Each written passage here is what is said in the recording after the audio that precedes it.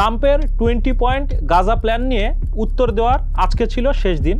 আমরা দেখেছি হামাস কিছু বিষয়ে তারা একমত হয়েছে, আবার কতগুলি বড় বিষয়ে তাদের দ্বিমত রয়েছে।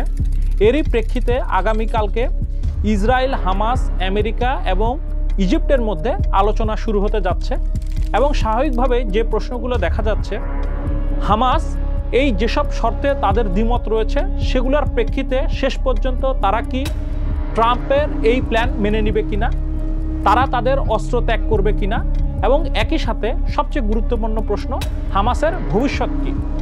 স্টার এক্সপ্রেসের আজকের পর্বে আমরা এই প্রশ্নগুলোরই উত্তর খোঁজার চেষ্টা করব।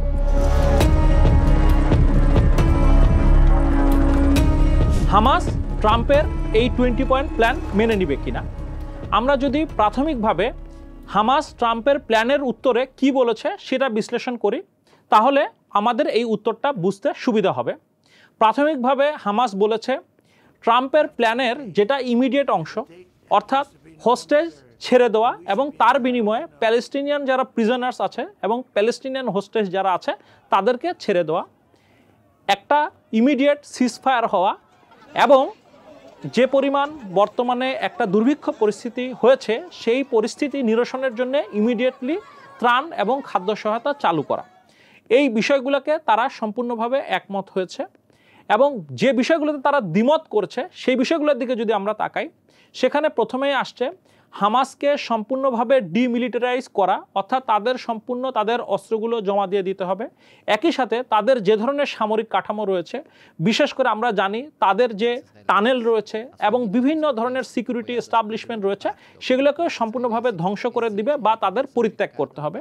এই বিষয়টি নিয়ে হামাস কিন্তু বলেছে তারা এখনই এই প্রস্তাবের সাথে একমত নয়, বরং তারা বলছে এটা একটা সামগ্রিক আলোচনার অংশ হতে হবে এবং সেই সামগ্রিক আলোচনাটা হবে প্যালেস্টিনিয়ানদের একটা ন্যাশনাল ফ্রেমওয়ার্ক, অর্থাৎ যেখানে হামাস সহ আরও যেসব বিভিন্ন গ্রুপ আমরা দেখেছি যারা ইসরায়েলের বিরুদ্ধে এই দীর্ঘ লড়াইয়ে অংশগ্রহণ করেছে তাদের প্রতিনিধিরা থাকবে এবং প্যালেস্টাইনে অন্যান্য যে বিভিন্ন গ্রুপ তাদের প্রতিনিধিরা থাকবে, অর্থাৎ এখানে তারা প্যালেস্টাইন অথরিটির কথা বলছে, ফাতার কথা বলছে, সবাই মিলে একটা প্যালেস্টিনিয়ান ন্যাশনাল ফ্রেমওয়ার্ক হবে।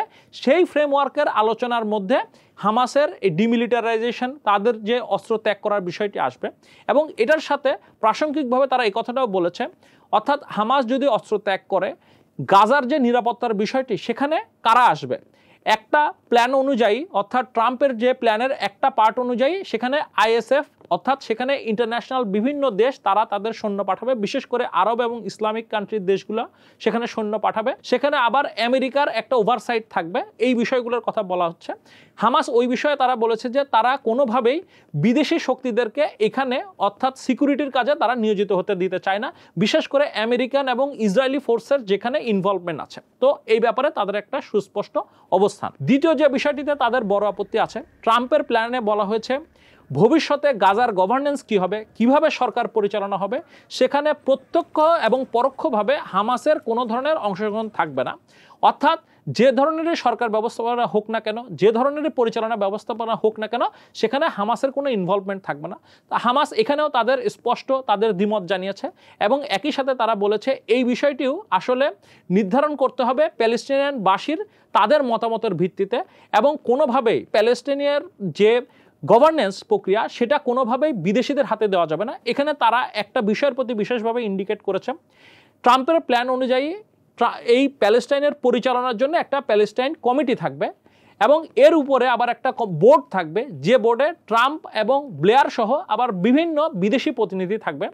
হামাস এই বোর্ডের বিরোধিতা করছে এবং তারা বলছে ব্লেয়ারের মতো লোক, যার হাতে ইরাকে হামলার রক্ত লেগে আছে, যার হাতে আরব বিশ্বে হামলার রক্ত লেগে আছে, সে কোনোভাবেই প্যালেস্টাইনের ভবিষ্যৎ কী হবে, সেটার গভর্নেন্স কী হবে, সেটা নির্ধারণের প্রক্রিয়ার মধ্যে যুক্ত হতে পারে না।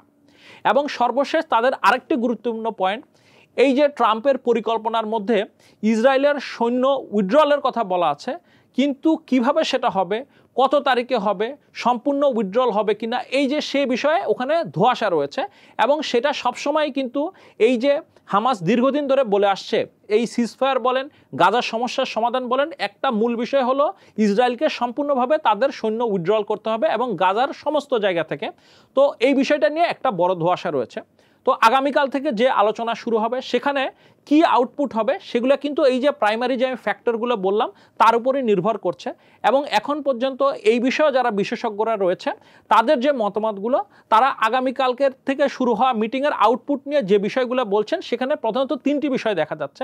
তারা বলছেন হয়তো এরকম হবে, হামাস প্রাথমিকভাবে এই যে ইমিডিয়েট যে মেজার্সগুলোর কথা বলা হয়েছে, অর্থাৎ সিজফায়ার একটা শুরু হওয়া, সেখানে এইড দেওয়া, হোস্টেজ যারা আছে তাদেরকে রিলিজ দেওয়া, তার এগেনস্টে প্যালেস্টিনিয়ান যারা প্রিজনার্স রয়েছে তাদেরকে ছাড় দেওয়া, এই বিষয়টাতে তারা একমত হতে পারে। কিন্তু যে বড় বিষয়গুলো তাদের দ্বিমত রয়েছে সেটার ক্ষেত্রে যদি ইসরায়েল ছাড় না দেয় বা আমেরিকা ইসরায়েলের উপর চাপ প্রয়োগ না করে অথবা মাঝামাঝি যদি কোনো সলিউশন না আসে, সেই সলিউশনটা হলো অবশ্যই হামাসের এই পুরা প্রক্রিয়ার মধ্যে একটা ইনভলভমেন্ট থাকবে। এই প্রক্রিয়ার মধ্যে যদি না আসে তাহলে দেখা যাবে যে এটা একটা প্রাইমারি একটা ট্রুসের মতো হবে, অর্থাৎ সাময়িকভাবে যুদ্ধবিরতি হতে পারে, সেখানে কিছু হয়তো এক্সচেঞ্জ হবে এবং কিছু এইড ঢুকবে। দ্বিতীয় তারা যে অপশনটা বলছে, হামাস হয়তোবা ইমিডিয়েটলি তারা ডিসআর্মামেন্টের দিকে যাবে না, অথবা ইমিডিয়েটলি তারা ওই যে প্রস্তাব যে তাদের কোনো ধরনের গভর্নেন্সের রোল থাকবে না, তাদেরকে হয় সম্পূর্ণরূপে তাদের অস্ত্র ত্যাগ করে এই মেনে নিতে হবে বর্তমান পরিস্থিতি, এবং যারা গাজা ছেড়ে চলে যেতে চায় তারা গাজা ছেড়ে চলে যেতে পারবে। তো এই পরিস্থিতি না হয়ে তারা বরং ধাপে ধাপে করতে পারে, অর্থাৎ তারা একটা মেকানিজমে এরকম আসতে পারে যে প্যালেস্টিনিয়ানের যে একটা এই গাজা পরিচালনার মধ্যে প্যালেস্টিনিয়ানদের একটা তাদের অংশগ্রহণ থাকবে, হামাসের অংশগ্রহণটা সেখানে হতে পারে তাদের অস্ত্র ত্যাগের যে বিষয়টা সেটা হতে পারে যে তারা ধারাবাহিকভাবে ত্যাগ করবে, অর্থাৎ শুরুতেই তারা সমস্ত অস্ত্র ত্যাগ করবে না, তাদের সমস্ত সিকিউরিটি এস্টাবলিশমেন্ট ভেঙে ফেলবে না, বরং সেটা হলো যে ইসরায়েল যেভাবে তাদের কমিটমেন্টগুলো রক্ষা করবে তার প্রেক্ষিতে হামাস উদ্যোগ নেবে। একই সাথে ওই যে হামাসের অংশগ্রহণের যে কথাটি বলা হচ্ছে সেখানেও হয়তোবা তাদের দেখা যেতে পারে যে তাদের যে মিলিটারি উইং তারা হয়তোবা সরাসরি অংশ করবে না, অথবা তাদের যারা একদম চিহ্নিত টপ লিডার তারা হয়তোবা অংশগ্রহণ করবে না, কিন্তু তারা ভিন্ন প্রক্রিয়া তাদের সমর্থিত প্রার্থীরা তারা হয়তোবা ওই কমিটিগুলোর মধ্যে থাকবে। কারণ এখানে একটা ইঙ্গিত দেওয়া হচ্ছে, তারা অলরেডি বলেছে তারা নন পলিটিক্যাল টেকনোক্র্যাট ভিত্তিক একটা প্যালেস্টিনিয়ানদের কমিটিতে তারা রাজি আছে। তো সেই ক্ষেত্রেও এরকম একটা হতে পারে। এবং তৃতীয় অপশনটি, যদি ইসরায়েল এবং আমেরিকা তারা হামাসের যে দাবিগুলো আছে সেগুলোতে যদি কোনো ছাড় না দেয় তাহলে হয়তোবা হামাসেও তারা এই ধরনের তাদের যে প্রস্তাবগুলো এই ট্রাম্পের পুরো প্রস্তাবটাই হয়তোবা ভেস্তে যেতে পারে, এবং সেক্ষেত্রে আমরা পুনরায় দেখব যে ইসরায়েল এবং হামাসের মধ্যে যুদ্ধ।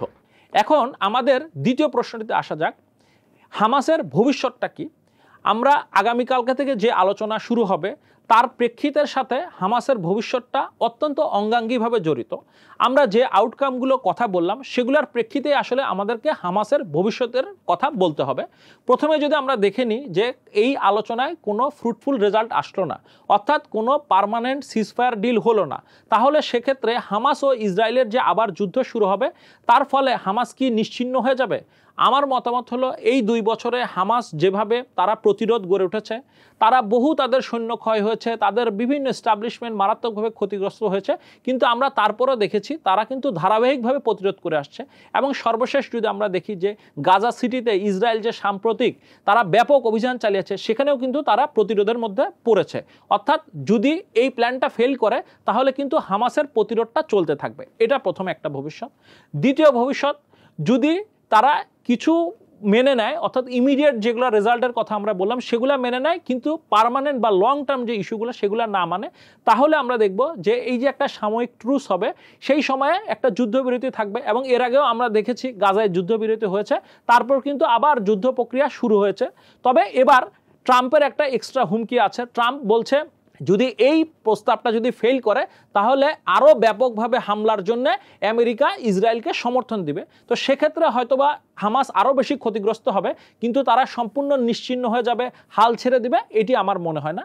এবং সর্বশেষ যে অপশনটি বলা হচ্ছে, যদি হামাসের যেসব শর্ত এবং ইসরায়েলের যেসব শর্ত তার সাপেক্ষে শেষ পর্যন্ত যদি একটা ডিল হয় তাহলে কি হবে? তো সেখানেও আমার কাছে যে মনে হয় হামাস যে তাদের মূল যে দুটি বক্তব্য রেখেছে, একটা হলো গভর্নেন্স প্রক্রিয়া তাদের একটা অংশগ্রহণ নিশ্চিত করতে হবে, এবং সম্পূর্ণ অর্থাৎ কোনো ধরনের সুনির্দিষ্ট একটা কমিটমেন্ট ছাড়া, এই কমিটমেন্টটা আমরা সবসময় ধরে নেওয়া হয় যে ইসরায়েল প্যালেস্টাইন যে রাষ্ট্রের ব্যাপারে তারা যে ধারাবাহিকভাবে তারা সেটাকে লঙ্ঘন করে আসছে, তাদের এই যে স্টেটের যে দাবিটা সেটাকে তারা অস্বীকার করে আসছে, সেই ব্যাপার থেকে ইসরায়েলকে সরে আসতে হবে এবং একটা সুস্পষ্ট কমিটমেন্ট আসতে হবে যে প্যালেস্টাইন রাষ্ট্রের স্বীকৃতি বিষয়ক একটা প্যালেস্টাইন রাষ্ট্র গঠনের।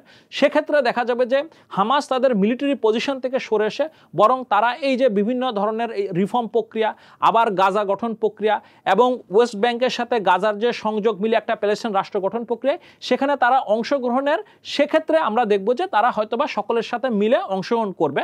এবং সেখানে আবার একটা ইন্টারেস্টিং ব্যাপার আছে, আমরা যদি গাজার ইতিহাসটা খেয়াল করি আমরা দেখব 2006 সালে গাজায় প্রথম যখন ইলেকশন হয় সেখানে কিন্তু হামাস ব্যাপকভাবে জয়লাভ করে এবং পরবর্তীতে 2007 সালে আমরা দেখি যে ফাতার সাথে তাদের যে একটা খণ্ড খণ্ড যুদ্ধে শেষ পর্যন্ত হামাস জয় হয় এবং তারা গাজায় তাদের যে নিয়ন্ত্রণ সেটা এস্টাবলিশ করতে সমর্থ হয়। তো গাজারবাসীর এই 2 বছরে ইসরায়েলের এই জেনোসাইডাল ওয়ারের পরেও আমরা দেখেছি হামাসের প্রতি তাদের সমর্থন কিন্তু অটুট আছে। অর্থাৎ ইসরায়েল যেমন আশা করেছিল ব্যাপক আক্রমণের মুখে গাজার ভিতর থেকে হামাসের বিরুদ্ধে প্রতিরোধ গড়ে উঠবে, সেটা কিন্তু হয়নি। তো ফলে ভবিষ্যতেও বলা যায় যদি এই যে কোনো ধরনের মেকানিজম, গাজার যে কোনো ধরনের মেকানিজম, যে কোনো স্টেট প্রক্রিয়া, প্যালেস্টাইনের যে স্টেট প্রক্রিয়া, সেখানে হামাসের একটা গুরুত্বপূর্ণ স্টেক অবশ্যই থাকবে।